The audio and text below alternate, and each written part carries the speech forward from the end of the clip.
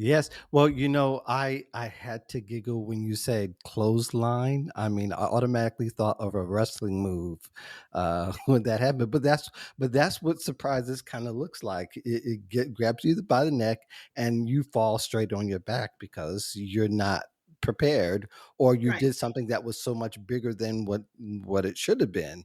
I mean, there could Right. be a lot of different reasons why, but I think that because of that, that's why people tend to lack the confidence to get into small business. And it does take a certain amount of confidence, but there's also that certain amount of fear. And for Sure. you, what was that mantra or that thing you did weekly, monthly, yearly that helped you to tarry and to push through? Well, for one, a lot of times people feel fear because they don't have a plan. Like, Hmm. do not spend more time planning your vacation than like how you're going to support yourself and your family financially.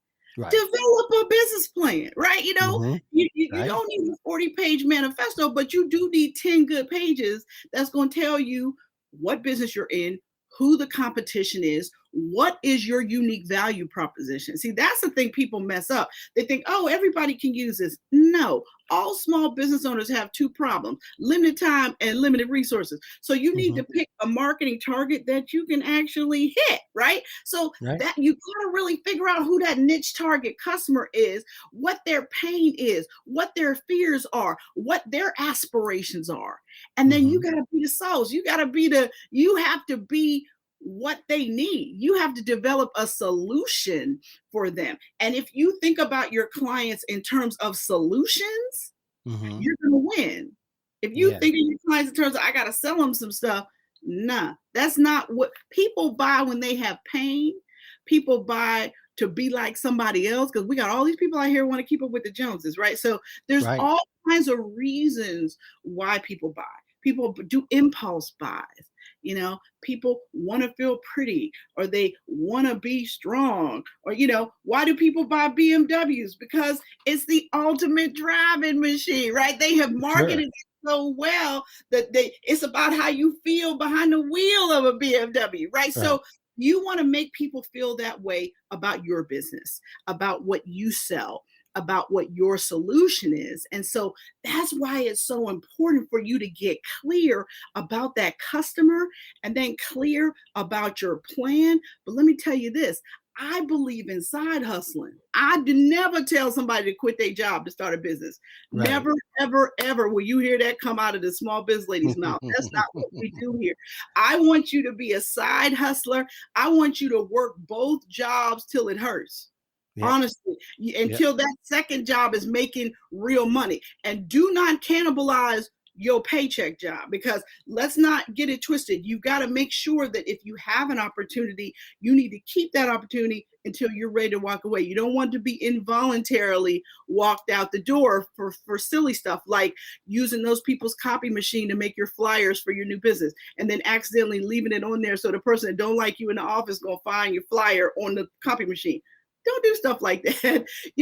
Get your own printer at home, so you don't want to be using any of their resources to promote your business. You just don't, because that's a great way to lose a job over something silly. Yeah, I've seen it happen too, as having worked even as a uh, manager and supervisor in retail and in large association business. People take advantage of those resources, but they're messy most of the time. And people who really do well and get a good jump, you would have never known that they moved like a ninja like that in the dark. So, whenever you're creating your business, of course, it has to be thought through. But 12 months is definitely not the bar. It helps to take longer if you need to, especially if you're not sure, but you want to go out into the wilderness, but you don't know what animal to shoot. So, Ah, yes. so I think it's okay to take 12. I think 12 months. You're saying that this is before you even start selling the first widget, and Oh I think yeah. that's where we need to get clear. People think you can be successful in 12 months. That this is just the No, this is beginning. the plan This before is the business. plan And a before lot of execution. times The reason why people need 12 months, there's three reasons why the 12-month time frame is Mm-hmm. important. Number Yeah. one, people need time to build their network, right? Or re-engage their network, because people do business with people that they like, know, and trust. So if people haven't heard from you in 3 years, your first engagement with them can't be, hey, I just started this brand new business. Will you buy from me? Oh, no, no. You need to re-engage. You need to send out some holiday cards. You need to call some people on the phone. You need to start having lunches and dinners and just reacquainting your network. The Mm-hmm. second thing is that you might need industry experience. If you're starting a business that you don't have industry experience in, you might need to go work part-time, like a business like the one you want to start, so that you can Right. learn what it is to really run a restaurant or Mm-hmm. run a bakery. Because a lot of times I've seen people, I always wanted to start my own restaurant. Well, are you a chef? Are you great with customer service? Tell me why a restaurant? And by the way, restaurants go out of business 10% more than any other kind of business. But Right. again, I need you to know what it is to run a restaurant, at least to work in one. So that's part of the 12-month time frame. But the biggest reason why it takes people 12 months is because they got to get their money straight. People don't realize this, but the money to start your business is going to come from your right or your left Where pocket. somebody said, "Oh, Banks we're my do other company, not and I even got a loan referral money from one of the to start a managers I used business. to work They don't do with it. They don't and even are want you familiar to. You with, don't need but I them, just right? never heard So back with them." you got So, to figure you out shouldn't take for granted how you're that, going to save the more, way you or left you got to pay off may all be them the way doggone that credit cards, you because you're may going to not come need that back in the credit same capacity door. as So you I go think into there's some business. caution there with You're the things, but also you should be able to going figure to it need to out. And figure sometimes out it how even you can takes you trying become to debt call free. And I don't mean yourself your and try to mortgage make needs to those be calls, paid and off then it or your ends up, student loans, doesn't because those are always really end well big debts. there But I'm either. talking about everything But do else. you I'm talking about speculate that that that car might payment. become I'm more of a talking about movement, certainly Jack, any other into extraneous coming back bills. to You're other going to company, need that coming back to credit the same company? capacity to launch your I business. don't know. So I you think there'd cannot be a start certain your amount of people business who do with that. a debt ball Mm-hmm. chasing you Because down it's the a hill. hot job You market really and there are a lot can't of jobs open. afford that. I think the last report was about over 10 million jobs are available. So Mm-hmm. you have more choices. If you didn't have a lot of choices, then you might say, all right, I'll go back. I don't want to go back, but at least me, I still know people. Maybe they can get me in. Mm-hmm. But if you have other choices, I think a lot of people say, yeah, let me do something new. Let me do something different. Let me just kind of see what else is out there. And then maybe as a default, they feel they can kind of go back and say, well, I know Chelsea, I know Mark. I think they'll welcome me back. So that's my safety net. That's just in case. That's my plan B. If nothing else works, maybe I'll go back. Well, I find that interesting, being that we now have such a chasm between sectors, and that not just jobs available, it depends where the jobs are. And I think that's where, people say, well, there's 10 million jobs. So what kind of jobs are they? So I think in trying to answer that question, you have to be somewhat familiar, not with just the job and the company. You also got to be interested, Chelsea, in the industry at large, wouldn't you think? Oh, absolutely. And, I do encourage, because I want to talk about on the job seekers end and then on the employers end as Go well. for it. Yeah. And one of the reasons why I tell job seekers all the time that they need to be intentional in the decisions that they make is because that is going to reflect you, and it's going to reflect your reputation at the company too. And Mhm. I say that because if going back to is your plan B until something better comes along, you're also putting that organization and your team in a bind too. And Mhm. you went in there knowingly doing that. And I say that because I've personally witnessed employees come back two, three, sometimes four times. And at a point, the employer's like, hey, you came back for a year or two, then you left again, then you came back, left again. When does it stop? Because now you're taking up, an employer's time and resources too. And you're taking Mhm. that knowledge with you in a new person and train them all over again. So, I mean, you need to think about it for everyone involved. Yeah, and I think for the person that's applying to the jobs, of course, they're Mhm. once. I mean, depending how what they go there for, hopefully they're getting Mhm. some added skills if you're going to leave a little bit early, Right. right? Jack, what is like recruiting on the recruiting side when you have people who are coming back, and what kind of conversations being had behind the closed door between Uh, the job seeker and the recruiter? It's a good question. It depends on the situation, because you could have somebody who maybe was a junior person and they enjoyed Mhm. their experience, they did well, but for Mhm. whatever reason, maybe there was an advancement. They leave, but now they come back as a different person. Like Mhm. think Mhm. like Chelsea, or think about yourself. Mhm. Our 3 years ago, 5 years ago, you're probably very different and doing like Right. Chelsea. We were talking before the show. Only within a month or so, you've kind of pivoted to do something that you haven't been doing before. So it Right. could be where Mhm. you're coming back and now you're a different kind of person bringing different skills to the table. So Mhm. that when you bring them in the door, you could actually maybe come in as a higher level than you would have been if you stayed that whole time. So there could be some upside.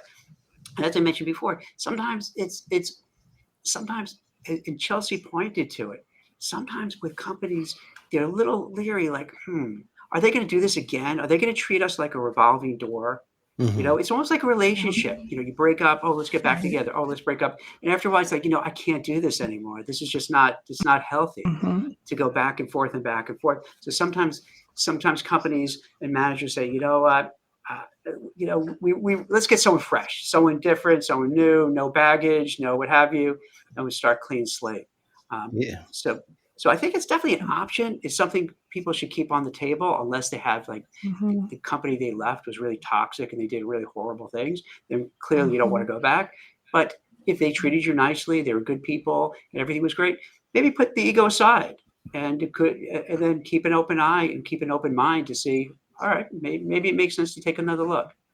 Yeah, and those of you who are in the chat, if you have experience going back to an old company, or you've been on the other end as far as the HR side, where you talk to someone come from another company, feel free to give us a holler and let us know what your experience is. Mhm.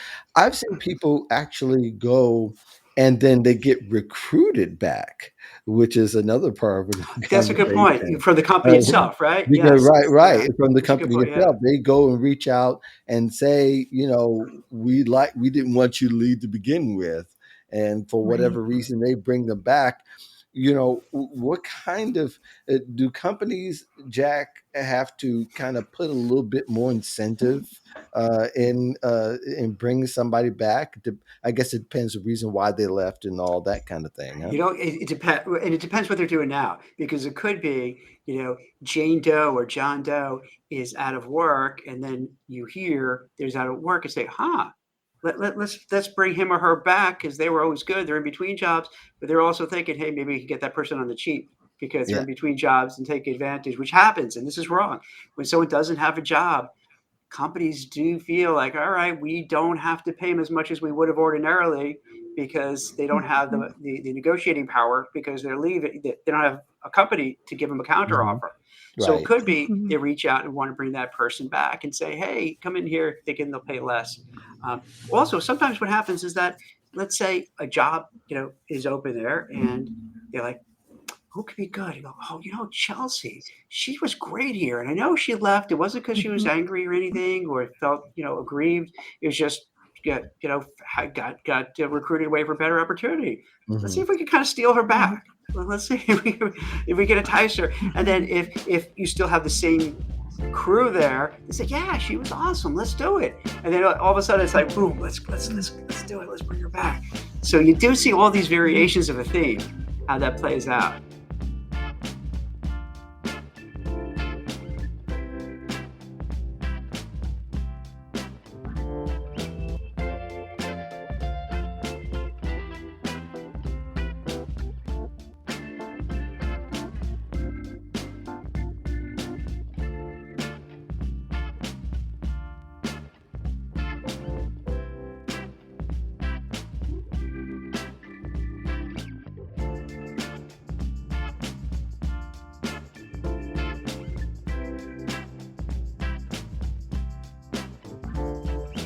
Thank you very much for joining us on the Voice of Job Seekers. This is Mark, and if you want to know more about me and what I do, you go to voiceofjobseekers.com.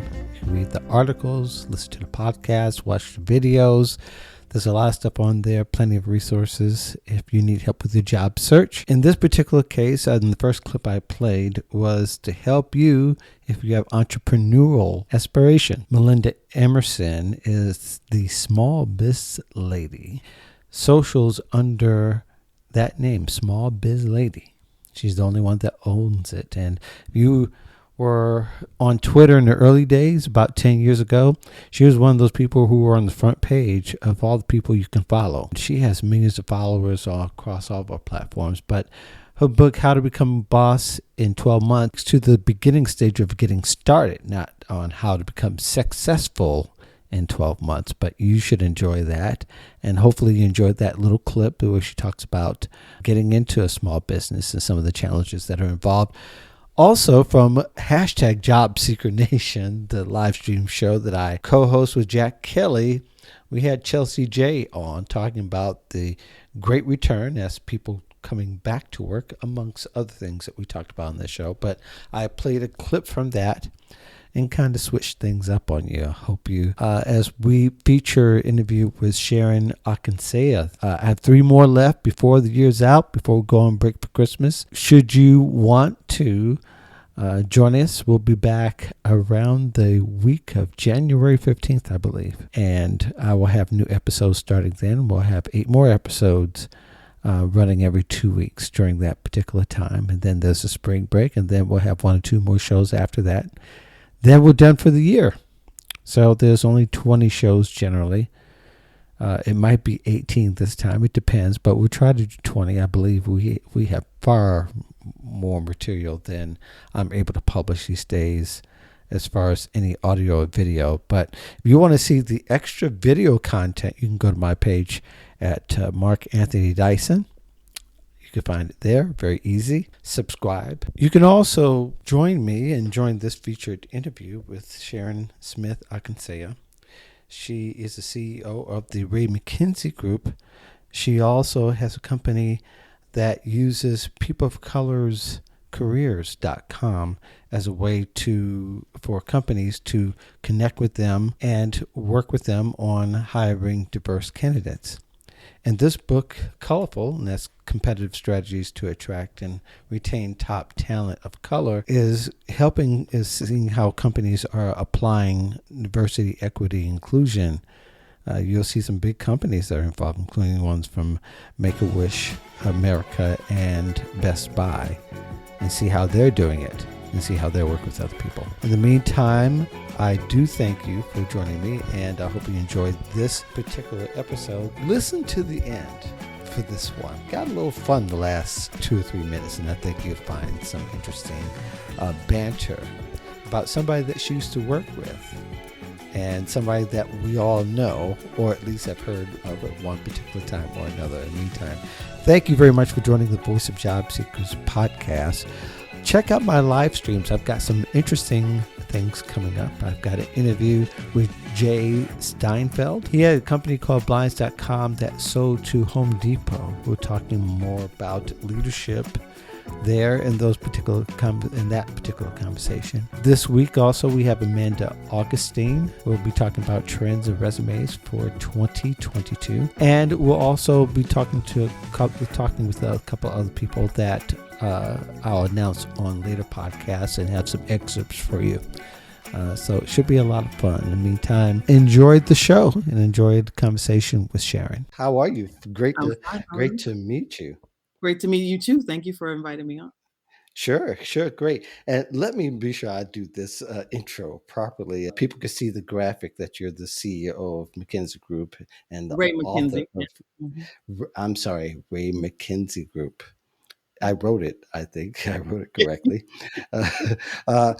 Colorfull Competitive Strategy is her book, and it's been out for a while. I have featured it on my Medium column and some other ways as well. We won't go into it, but you may have seen her featured on Forbes, Good Morning America, Blavity, Essence, and many more. She's made the rounds for press, and I've written about you. You're one of the few people I've written about you first, and then later I have you on the podcast. Well, thank you for coming on, and we are if people have questions for Sharon, feel free to get it in on any of the platforms. We're on Facebook, Twitter, and LinkedIn. But I'm going to forge ahead with my question because I am one of the people that actually read the book.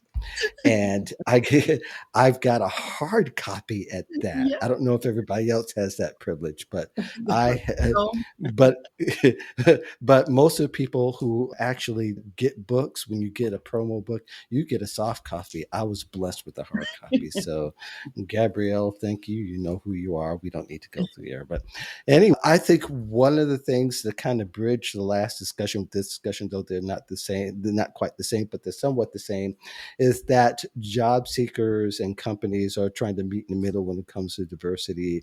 And of course, job seekers want one thing and employers want another thing. You have been working with and talking to leaders of great big companies like Best Buy and so on. So the things you're learning about what they want versus what job seekers should know, as far as for them to hire more diverse candidates, there are some companies that are, first of all, really trying to be diverse and be diverse in the right way and checking all the boxes. Is that correct? Well, yeah. I mean, we have some employers that have really made the shift, right? Mm-hmm.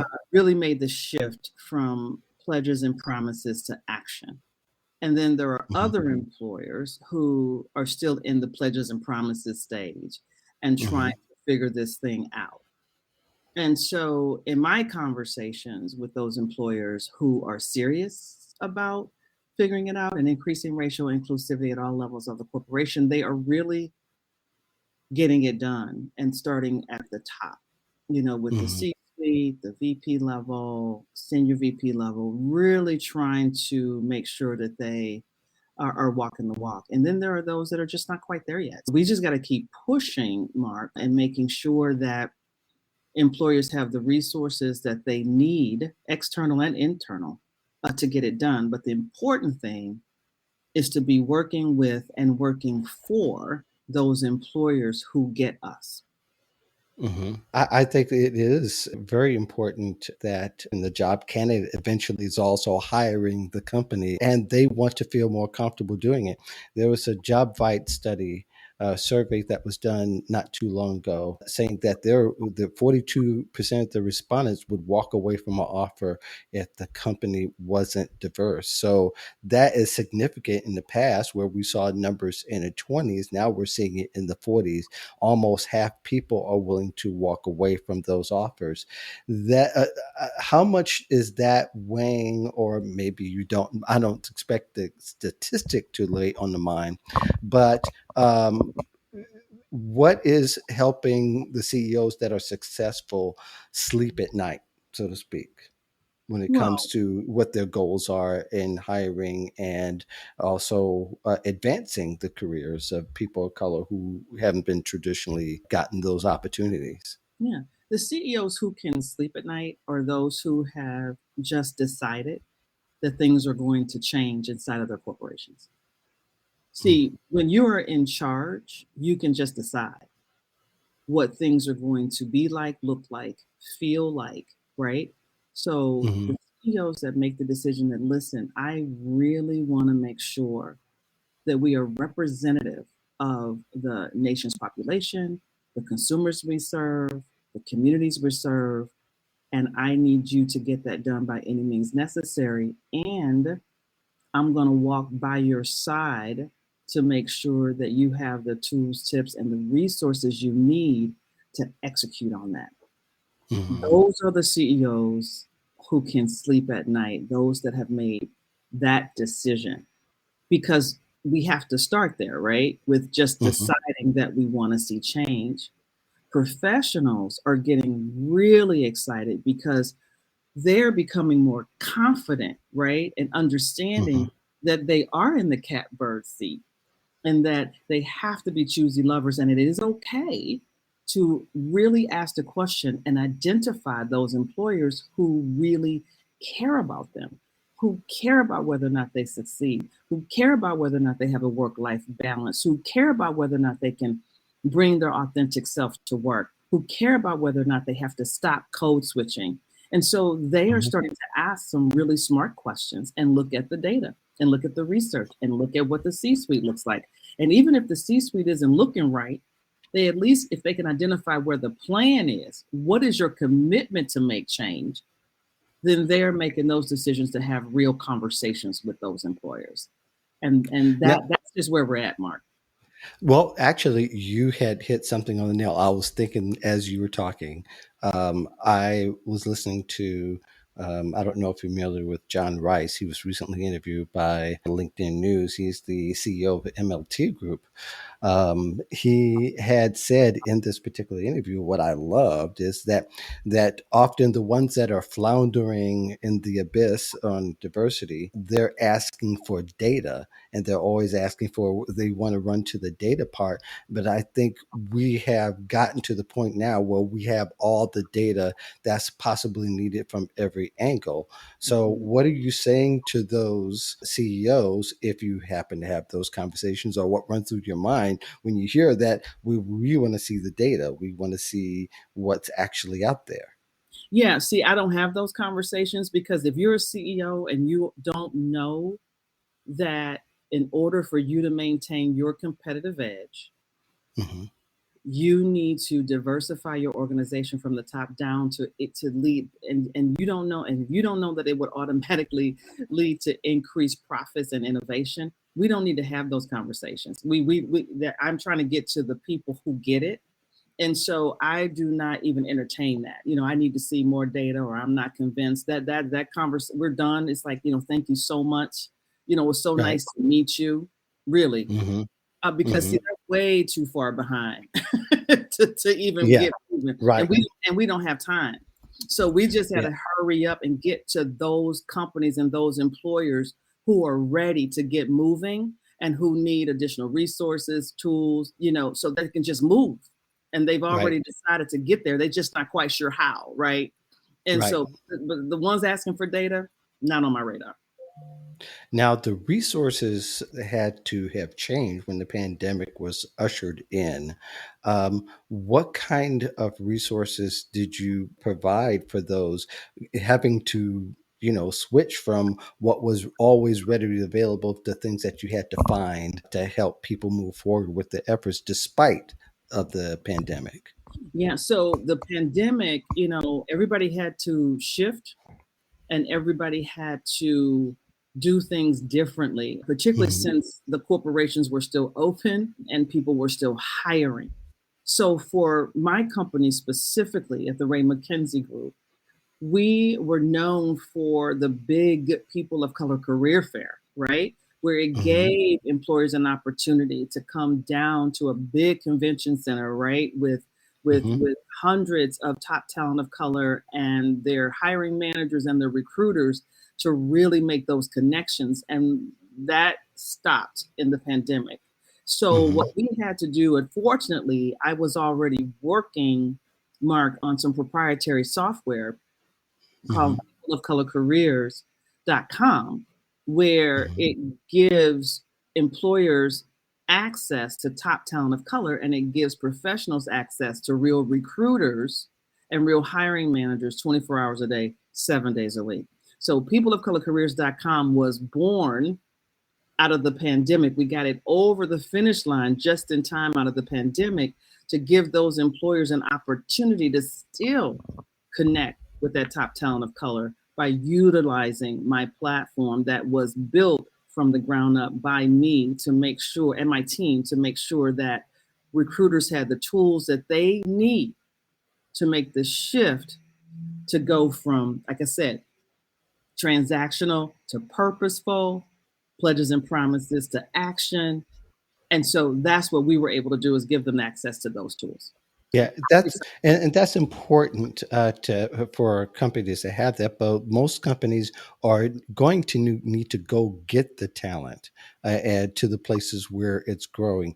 You don't get apples in the strawberry field. No, you don't. You don't. So of course you've got to go to where people of color actually are the larger companies that are active in changing, are they going to like the HBCUs and the other places where people of color are? They're going to like the engineering society Yeah, organizations, the journalism yeah. organizations. They're active parts and also helping facilitate the relationships, right? Well, there's no question that they're going, and they need experts, like yourself and myself and others to help facilitate and transfer those Hmm. relationships. Sometimes the companies don't quite have the relationships that they need. They know they need to be working with HBCUs, and some of them are there, but the relationships aren't deep enough. So you need to make sure that you're connecting with, experts where that relationship can be transferred because there's no time to waste.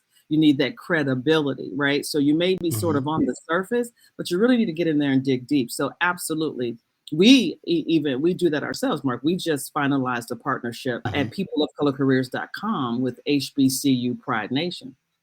And Mm, okay. we're working, I'm based out of Charlotte, North Carolina, and HBCU Pride Nation really is all about making sure that their members, which they have over 250,000 followers in social Hmm. media, and they really want to make sure that their members have access to solid paying careers.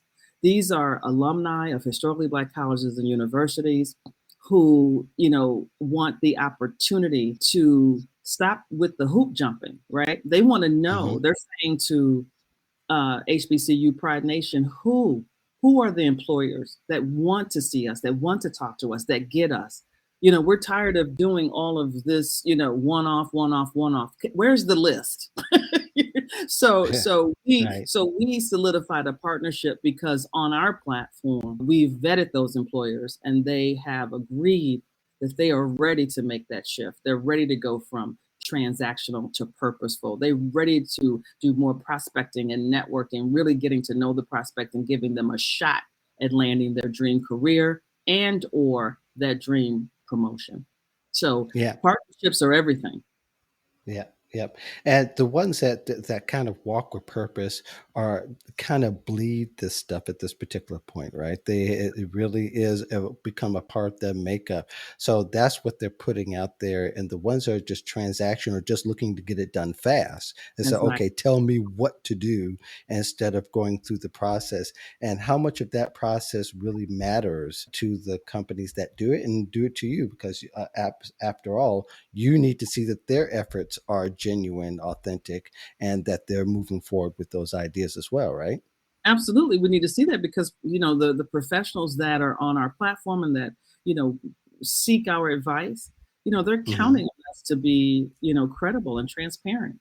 They're counting on that, and so I'm talking to corporations and asking them good solid questions and really just working with those who have really decided that they must make a change and they need to do this right now and they just need a little help on how to get things moving, a little training, resources. Where should we be? Where should we go? What should we say? And Hmm. those are the companies that we are working with because we have no time to waste. We have got to move the needle forward on making sure that professionals have access, and access is a really important word, access to awesome paying careers with corporations who really understand their value and that they understand that they have the sauce.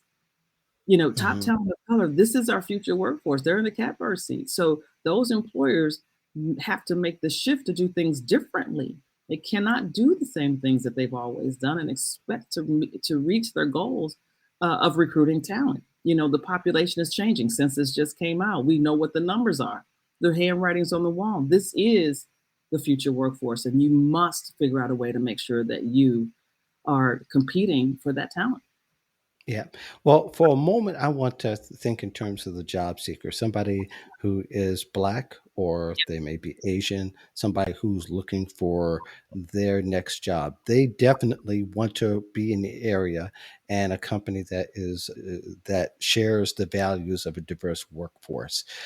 Take me through a little bit of how that person would go about their job search and the way that we look to a company today if they said that yes, we're a diversity employer. Mhm. Yeah, I think for the job seeker looking to land their dream career at an employer who is serious about diversity, equity, and inclusion, we have to do our research, obviously, and so we have to take a look at the website. Is the DEI information hidden? That's the first thing. Mhm. Can you find it? If you can't find it, move on. Yeah. That's the Yeah. first thing. So, Mhm. because if it's not, because that means that the CEO and the team have not decided that this is important, that they don't want you to know what's happening. They've just decided. And so that is our first indication as to what's important and what's not. Is there a diversity and inclusion tab? Mhm. If not, it seems Yeah. simple, but just move on the list. Keep Let's it go. keep it moving. Keep it moving. Absolutely. Then Mhm. once you identify those corporations that really feel like, okay, their values in line with yours, then when you land that interview, and you will, okay, because they're looking, and you've got a good match. You want to make sure you're asking some really good questions in your informational interview or in your first interview. You Mhm. do not want to be shy about asking, so what you got cooking in DEI? Because Mhm. I want to understand that if we decide that this is a good fit for me and for you, I want to know what my future looks like. Can I see Mhm. myself, as a VP or an EVP or an SVP or in the C-suite? What is my path, as a diverse candidate, as a Black woman inside of your organization? Can you Mhm. walk me through that? Yeah. And if Yeah. it's that you have to be okay with asking those questions. Sure. And I would even add that what you really want some gut level answer, some candor, that Yeah, you want people to be really honest about it. absolutely. Now, there's nothing wrong with knowing what the answer is before you're given that answer, Me because too. sometimes that person may change it because you're in the room. Absolutely, absolutely. And it's okay with them saying, listen, we're just not where we need to be as it pertains to diversity, equity, and inclusion. We're committed. But if we don't have top talent and professionals like you, Sharon, joining us, we're just not going to get anywhere.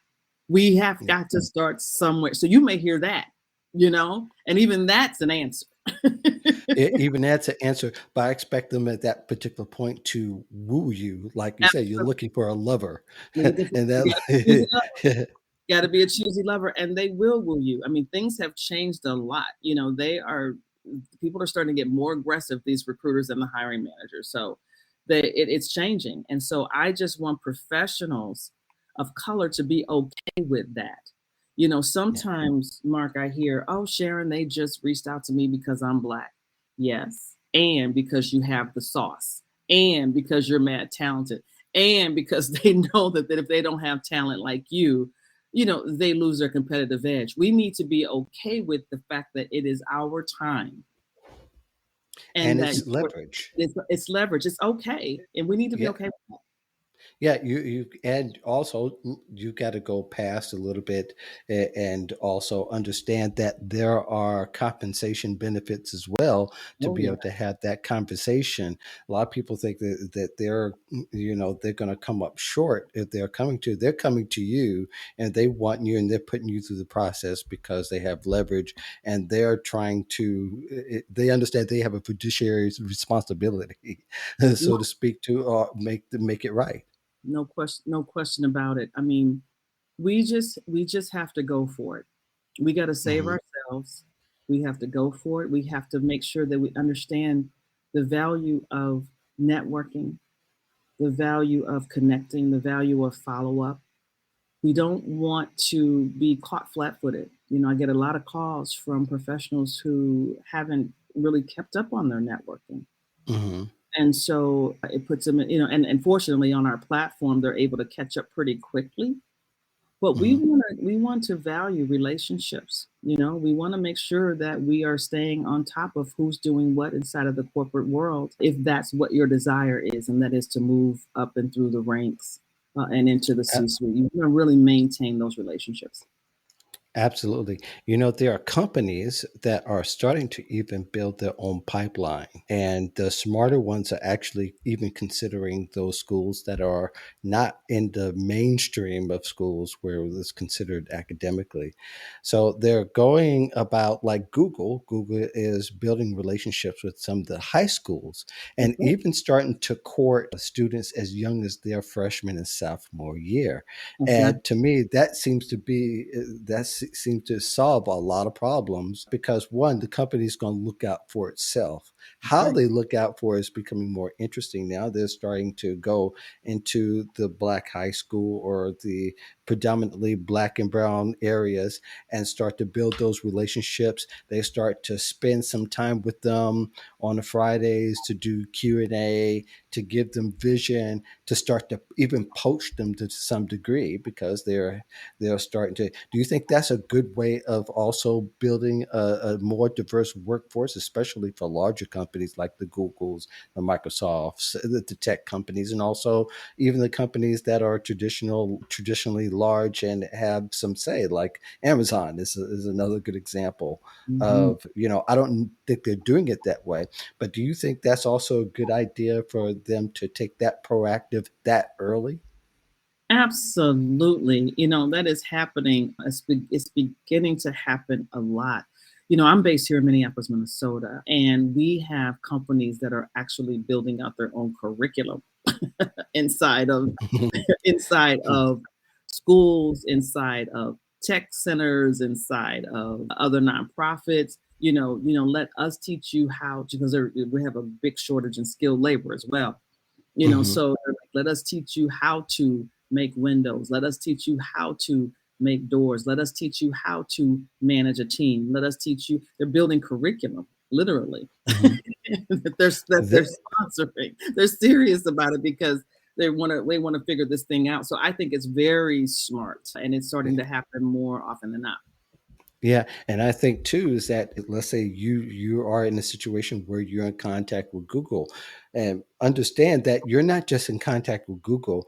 All the other large companies like Google are going to look at you as a viable talent as well. No Microsoft is going to look at it. Twitter is going to look at you. All the question. companies that are like-minded are going to be in your space as well. So you may not just be just because you're getting the Google in education doesn't mean it's not going to apply to elsewhere. There's going to be spaces that it applies across the board.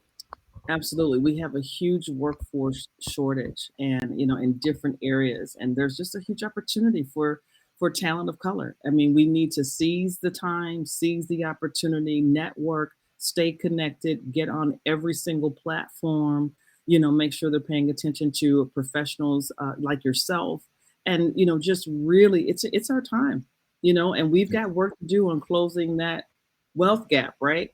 and Yeah, and yeah, this is our opportunity. Learn how to negotiate stock options, learn how to negotiate your salary. There's so much opportunity for us right now. I know that as a lot of news is gloom and doom, and I get yeah. that. What's also true with gloom and doom, there's opportunity, and we Uh, need to seize the moment. Yes. One thing, and I'll let you go after this. I did, you used to work for Prince. I Let's did. just say.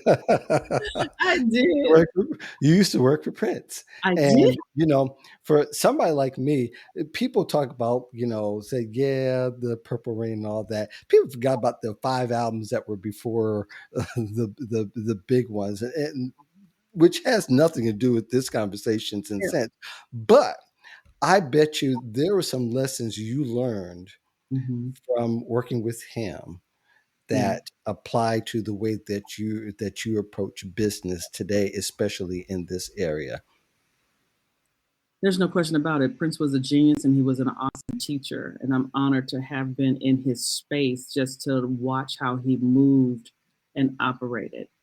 And one of the things that when you work for Prince, you leave away with is excellence. You have to give clients, employers, parents, you have to give them what they deserve. Mhm. Ain't no half stepping, as the song says. Yes. Excellence. You want to always be at the top of your game. Prince would, he would be in rehearsals and he'd say, oh, it need to sound like the record. That don't sound like the record. They come to pay what they hear on the record player. Mhm. And so let's not let them down. So yes, so not only excellence, but the art of the dance, making sure that you're moving and grooving in a way that you can deliver, where you can be your best, keeping yourself at the top of the to-do list. We always look fabulous, right? Mhm. So keeping yourself at the top of the to-do list so that you can be productive. And Absolutely. the other thing is believing that anything is possible, believing that you can absolutely make it happen. Prince used to tell me all the time, which is what I use in my presentation today. When I talk about how CEOs need to just decide what they want their workplaces to look like, I learned that from Prince. He's like, Sharon, just decide. Make Yeah. it. Yeah. Yep. And now you can execute. Absolutely. And you need to think like Prince talked about. And baby, you're a star. You may not know it now. You may not know it now, right? You may not know So, it now.